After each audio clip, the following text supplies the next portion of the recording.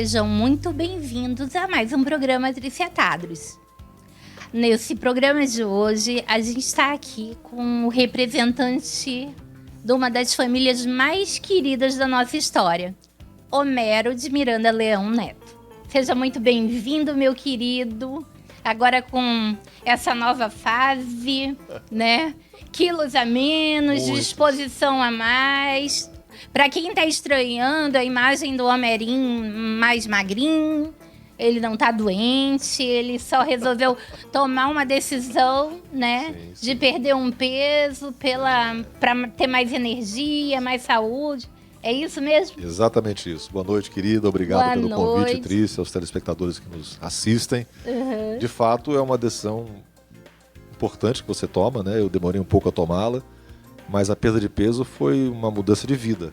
Né? Uma mudança de vida, acho que em qualquer pessoa que tem sobrepeso. Então é legal fazer. Eu gostei muito e aconselho, claro, com todas as precauções que a medicina exige, mas é uma atitude que muda, de fato, o caminhar da pessoa. E principalmente depois que nós passamos pela pandemia, que nós vimos o quão importante era estar em forma, né?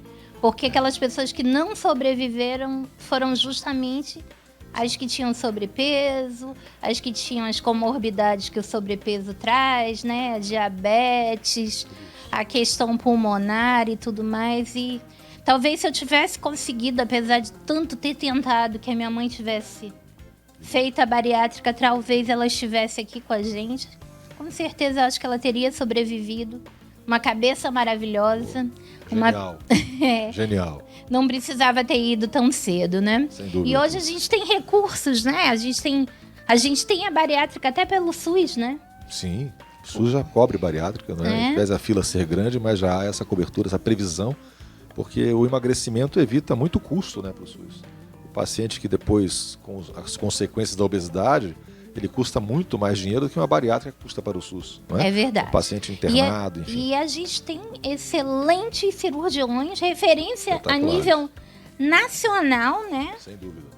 Operando aqui em Manaus pelo SUS. Manaus tem uma qualidade técnica em medicina muito avançada, né? É impressionante. Mas, logicamente, não estamos equiparados aos grandes centros em questão da estrutura hospitalar, mas já muito estruturado, logicamente, muito estruturado. Aqui temos excelentes hospitais em Manaus e a equipe médica também, cada dia, nos orgulha mais. É verdade. Falando em medicina, né? A gente pode falar um pouquinho da sua carreira como médico, pode ser? Claro, Trícia, eu tô aqui para bater papo e contar detalhes. Primeiro de tudo, para quem não conhece, a família Miranda Leão é uma das famílias mais antigas, né? Não só do Amazonas, mas também no Brasil, né?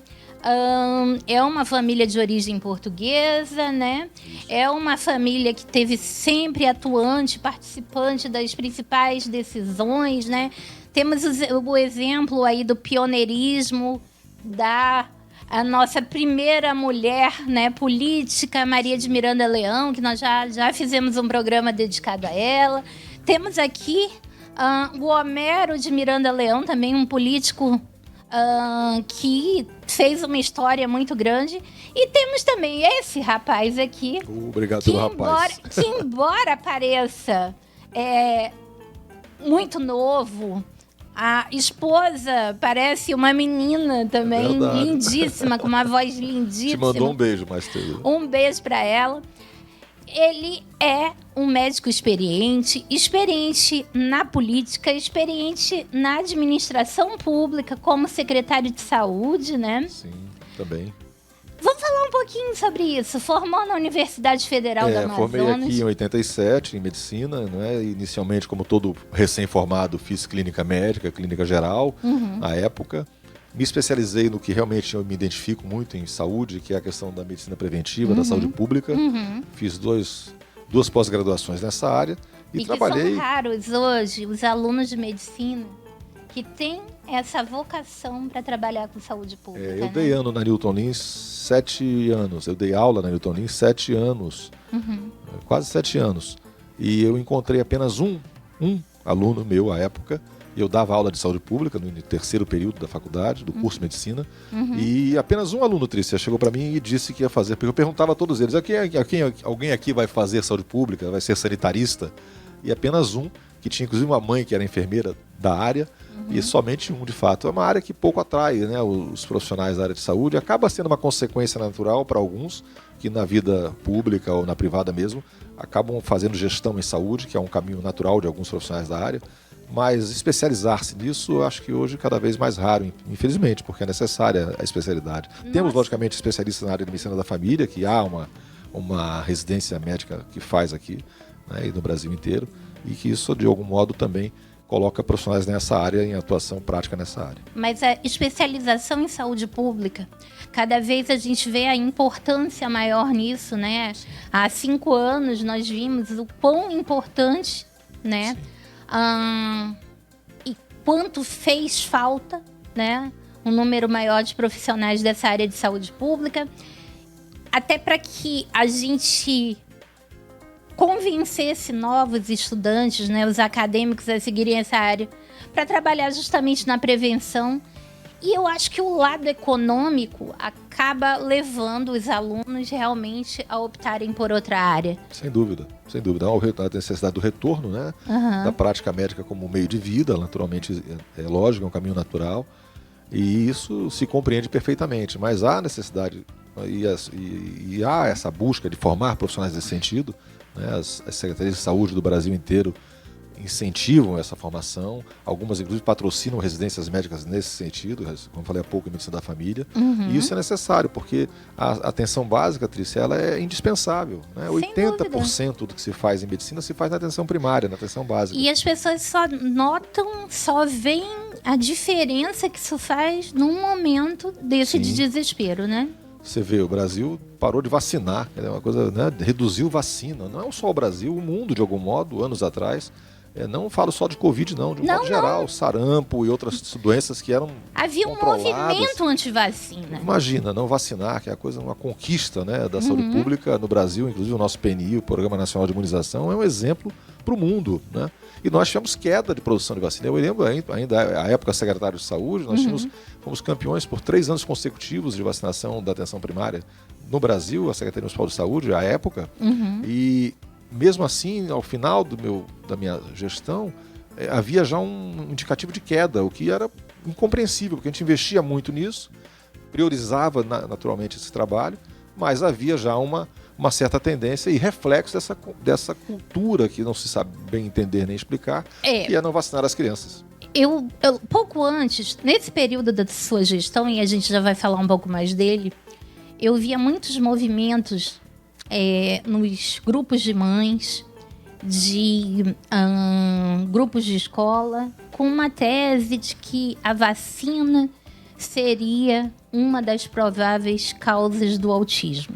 E cada vez mais esse movimento foi ganhando força, até que ele perdeu totalmente a força quando a vacinação se tornou indispensável, que chegou a Covid. Mas casa justamente com o período do final da tua gestão. Conta um pouquinho da tua gestão, da tua experiência como secretário municipal de saúde. Eu sou funcionário da Secretaria de Saúde, fui funcionário, sou aposentado hoje, depois de 41 anos de trabalho. Ninguém acredita, né, gente? Mas 41 anos, mandaram embora pra fora, não tá mais pra ficar, né? Mas 41 anos é muito tempo, né? Não dá pra acreditar que esse rapaz é avô. Eu sou avô de 2 netos maravilhosos, Aide e Manuel. Mas, viu, Trícia, eu fui secretário de saúde 2 vezes. Tive a oportunidade, a honra de ser secretário de saúde do município de Manaus 2 vezes. Uma na gestão do prefeito Carijó e depois do prefeito Arthur Neto.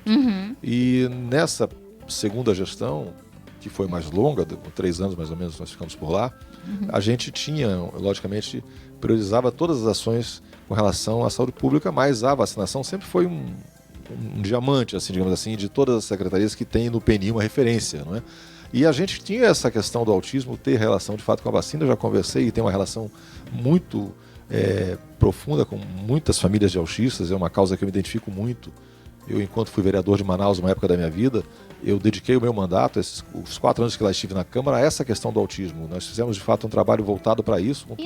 Não há comprovação nenhuma. Não, hoje não, mas havia, de fato, uma relação, era uma busca de uma explicação que hoje se demonstrou improvável, felizmente improvável, né? O autismo não é culpa de vacina, é culpa de ninguém. O autismo é uma questão genética, e ocorre em qualquer pessoa, em qualquer família, não escolhe classe, não escolhe nada se pode imaginar que possa ter dado causa a isso. Não se sabe a causa do autismo, até infelizmente hoje não ainda. se sabe, não é? Mas se provou que não é a vacina, Não. gente. Falando mais uma vez, Não é. as vacinas não causam autismo. Eu sei que tá todo mundo com uma sede muito grande, várias famílias, né, com uma, 2 ou mais crianças autistas, porque como é genético, tende a acontecer mais de uma vez na mesma família. Eu sei que é muito dispendioso, né? Precisa de uma série de terapias.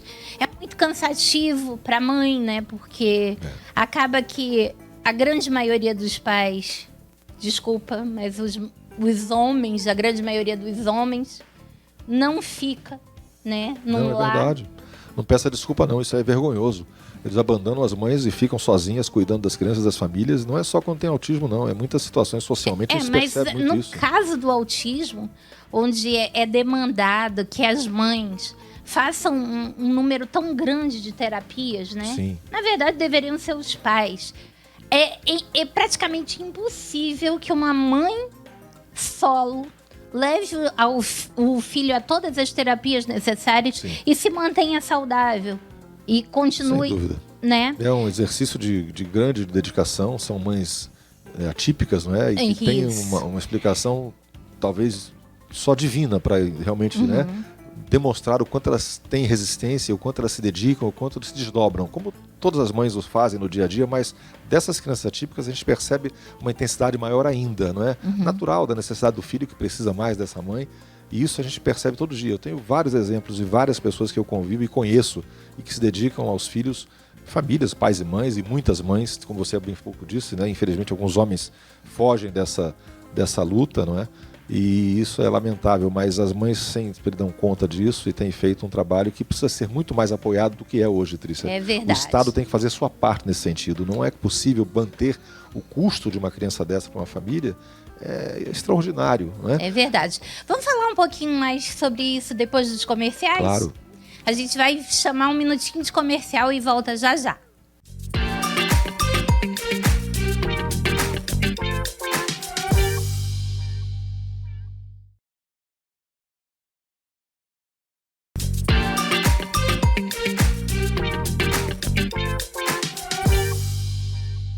Voltando aqui nesse bate-papo maravilhoso com Homero de Miranda Leão Neto, e a gente estava falando sobre as mães atípicas, sobre as crianças autistas, né?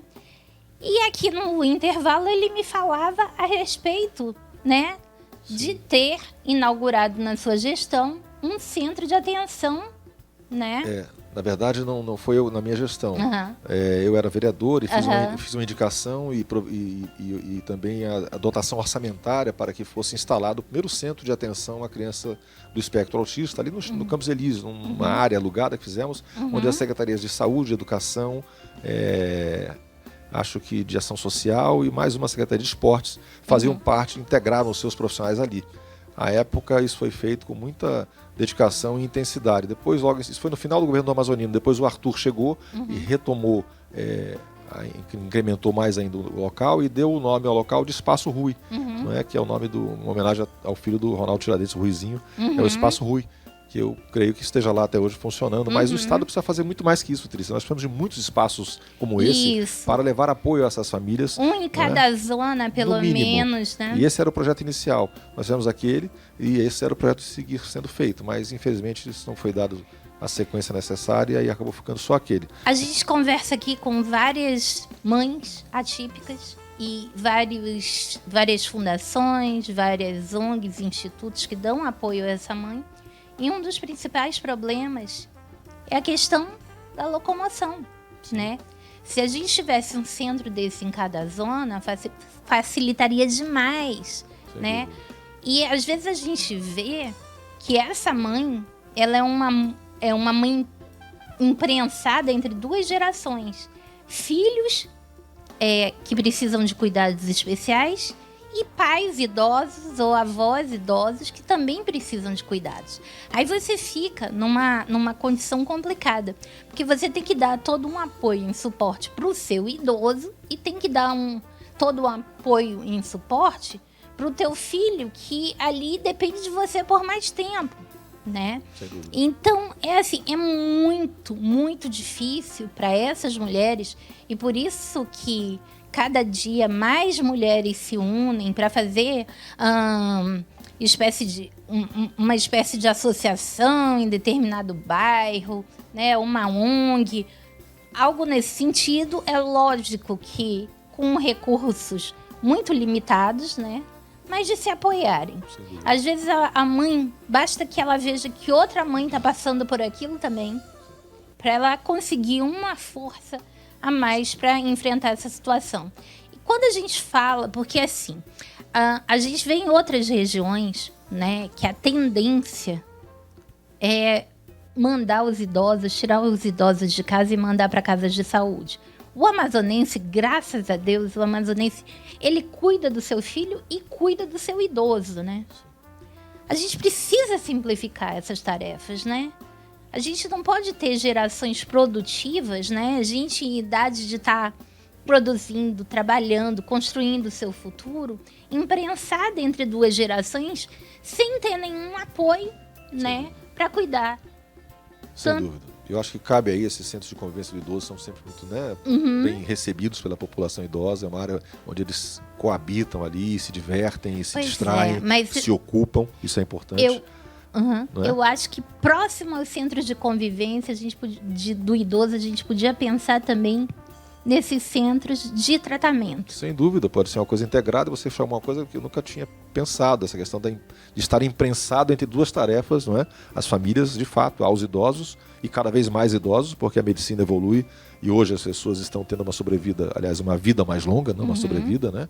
Muito mais longa, e isso é positivo, é bom, mas há também a questão social, a questão familiar que deve ser percebida junto a isso. São ações de Estado, Trícia, isso precisa ser feito pelo poder público, não é? Mas você, com tua experiência pública, tanto na Câmara Municipal, quanto à frente da Secretaria de Saúde, o que você hoje, se estivesse ainda, primeiro de tudo, você voltará à vida política?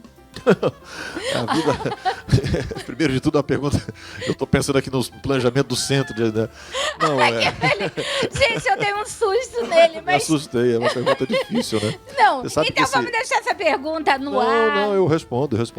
O vírus, né? Eu acho que é um vírus, não sei se é um vírus, uma bactéria, alguma coisa, né? Ou algo autoimune. Isso está sempre na gente. O viés político faz parte das gerações da minha família. Não, eu acho que faz parte de uma obrigação social, Pronto, né? E aí de dar um retorno à sociedade. Sem dúvida. Eu acho que ninguém pode se omitir. Cada um do seu quadrado, no seu papel, da sua forma, tem que participar de algum modo. O ato de votar com consciência, né, já é uma participação cívica imprescindível. E se você puder fazer algo mais e até ter a coragem de se candidatar a ser votado, é louvável. Eu não pretendo mais concorrer a cargos eletivos, mas eu não deixarei nunca de ter participação na vida pública da minha cidade, do meu estado. Sim. Eu tenho paixão por isso, eu sempre gostei. E vou contribuir enquanto cidadão, em cargo, fora de cargo, de qualquer natureza, eu estarei sempre disponível e contribuindo. Mas cargos eletivos? Não pretendo. Foi uma experiência, eu fui candidato por 4 vezes. Me elegi uma vez vereador, a primeira vez para deputado estadual, fui muito bem votado. Aliás, nas vezes que me candidatei, eu tive mais votos que muitos eleitos. E isso é uma regra que é complicada, né? Essa legenda, sublegenda, essa coisa partidária, essa matemática partidária para que cada vez se mude menos o que está aí, né? É muito questionável, mas não estou reclamando, porque a regra do jogo era essa, eu sabia da regra. Eu entendo, mas é complicado você ter mais votos, às vezes acaba perdendo pessoas muito capacitadas, né? Perdendo que elas ocupem né, as vagas, e essas vagas acabam na mão de pessoas que estão ali, como a gente dizia, indo na cola de um campeão de votos, né? Pois é, a tal da legenda que leva, agora mudou, enfim, uma certa... E vai ficar mudando sempre porque não há interesse de que a população entenda como funciona. Eu penso da mesma forma, Trícia, porque, veja, eu já tive uma eleição que eu participei, eu fui votado, mais de 9 mil pessoas foram votar em mim. E eu não fui eleito, vamos, um exemplo só. Mas 4 ou 5 mil pessoas votaram em outro candidato que foi eleito na mesma eleição. Então isso é complicado, né? É complicado. É impressionante. A última eleição vereador tive mais votos que metade. Desculpa, a última eleição vereador tive mais votos que metade da Câmara que foi eleita. Então é assim, eu não pretendo me candidatar de novo, não. Mas eu vou estar sempre participando. Mas por conta desse tipo de cálculo, dá uma revolta. Dá uma revolta no eleitor. Pois é. Dá uma revolta no eleitor, porque diz assim, essa bancada não me representa. Eu não estou falando dessa legislatura especificamente, não. Mas o eleitor, quando vê que essa bancada não o representa, ele desanima, não desanima? Com certeza. Eu estava falando em tese aqui, não é nada específico a uma candidatura, uma eleição, é tese do processo, né? Acho que ia ser uma grande corrida. Agora que eu estou mais magro, acho que eu ia participar de uma corrida. Corre todo mundo, quem chegar aos 30 primeiros ganham. Que tal? Ia poupar um dinheiro danado, ninguém ia ter dúvida sobre nada, tá tudo bem, né? Eu ainda sou pior, né? Antigamente... Você lembra que a gente estudava no colégio, você deve ter estudado no Colégio Dom Bosco. E da Nelson. Toda. Bom, a gente tinha a educação moral e cívica, a gente... O SPB, né? A gente aprendia, né? Se formava para ser um eleitor, para ser um político. Hoje não há preparo nenhum, né? Não, a legislação não prevê o preparo específico para isso, né? As pessoas são votadas, desde que tenham os requisitos de idade, filiação partidária, essas coisas todas, mas não há uma formação. Pois é, o que acontece é que as pessoas associaram isso como sendo uma prática do regime militar. E aí, de ter no currículo das escolas. Só que, o que acontece? Acontece que o cidadão, o eleitor, ele não tem mais a menor noção. Ele não aprendeu na escola a importância do voto dele. Verdade. Né?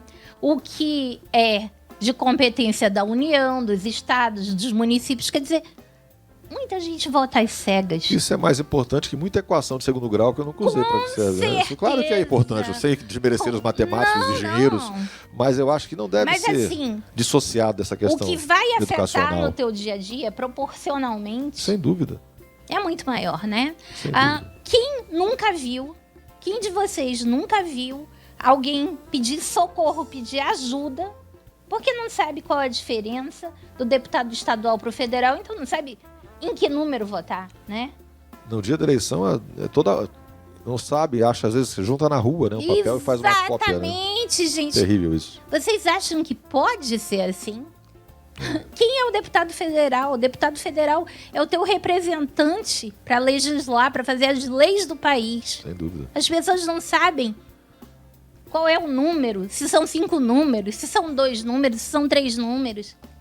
Impacta na vida, né? As decisões são tomadas pelas pessoas que nós elegemos todos os anos, a cada 4 ou 2 anos. E aí a gente passa pelo menos 12 anos numa escola.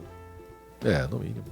Pelo menos, né? 12 anos numa escola. Quer dizer, isso aí é o mínimo obrigatório. Mínimo obrigatório. Gente, tem tempo suficiente para ensinar as crianças, os adolescentes, os jovens a votarem. Ou a importância do voto, de quem cobrar, o que é atribuição, né? E eu lamento demais que essa nova geração não possa... Não tem, né? Não tem. O que nós tivemos, né? O que você aprende talvez em casa, ou lendo alguma coisa, mas eu não vejo muito. Talvez agora, se colocarmos o TikTok ou alguma coisa parecida a serviço disso, né? Quem sabe a pessoa aprende, né? Mas é muito complicado, porque existe a questão do algoritmo. O algoritmo, ele vai ver tua movimentação. Se você tem tendência de esquerda, ele só vai te mandar coisa de esquerda. Ainda tem isso, Se você tem tendência de direita, vai te mandar coisa de direita. Não existe aquela educação imparcial como existia na escola. É verdade, tem razão. Né? Foi um mau exemplo o TikTok. Tem um algoritmo. Não foi um mau exemplo, não, de maneira alguma. Não, é verdade isso. Você acaba vendo coisas repetidas e você mexe ali, é verdade. Quem conseguir furar a bolha, né? Esse monte de influenciador que passa o dia inteiro falando de coisas inúteis, poderia. São influenciadores que furam a bolha e que são mostrados para todo mundo. Sem dúvida. Né? Essas pessoas poderiam cumprir uma função cívica de informar, né? De convidar a gente que tem experiência, que pode ensinar, que pode informar, né? Pelo menos na época de eleição, gente, convidem gente experiente, né? Já temos isso, porque eu vejo cada vez mais, antigamente a gente via muito o idoso com dificuldade de votar. né? Sim. Hoje a gente vê demais o jovem, o adolescente de 16 anos, né?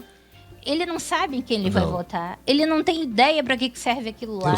Eu cheguei a ver a eleição, Trícia, que havia uma reguinha, né, com os números em plástico. Aí a cédula era em papel, a pessoa colocava a reguinha em cima e cobria o número, né? Já vinha pronta aquela régua com todos os candidatos. Você preenchia ali e votava. Que é o voto da pessoa que às vezes não é alfabetizada, só assina o nome, mas votava, é claro. Mas dessa forma. E muita gente que era alfabetizada votava porque não lembrava, era a tal da cola, da cópia, né? Enfim, que todo mundo pode levar para lembrar o número do seu candidato, é claro. Mas a reguinha de plástico, aquela que a criança usa para fazer desenho, você cobre o número 1, 2, 3, já viram isso? Já, claro. Não sei se ainda existem essas coisas. A gente pode abrir um novo programa falando um pouquinho como é que funcionavam as eleições nessa época da cédula de papel. Pode ser? Pode. Então, olha, agradeço a audiência de vocês, a conversa tá maravilhosa. A gente vai ter que continuar, porque felizmente nosso tempo já acabou. Mas vamos continuar conversando aqui, essa conversa deliciosa com um dos homens mais inteligentes da nossa cidade e filho de uma das famílias mais importantes da nossa história.